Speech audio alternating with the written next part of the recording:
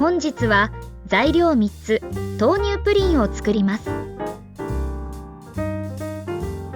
今回使った材料は豆乳 300g、片栗粉 5g、粉寒天 1g、豆乳 300g、お好みのミルクで OK です。片栗粉 5g、粉寒天 1g。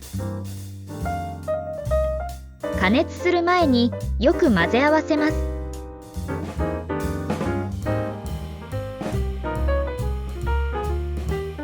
ダマがなくなったら火にかけます。焦げないように混ぜながら中火で加熱します。中火で沸騰するまで加熱して、沸騰したら弱火にします。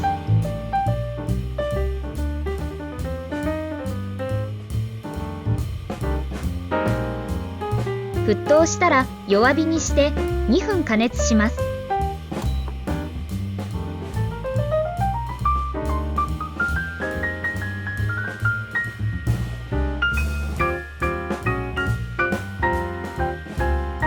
2分加熱したら火を止めて粗熱を取ります。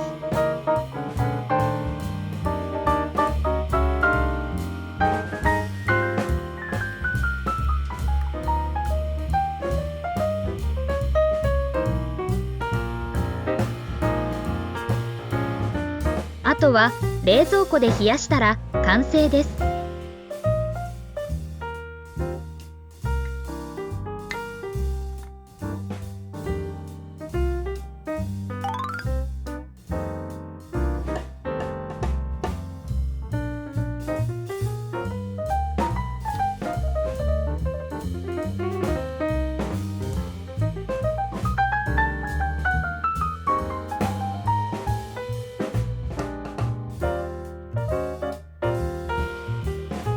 豆乳プリンの完成です。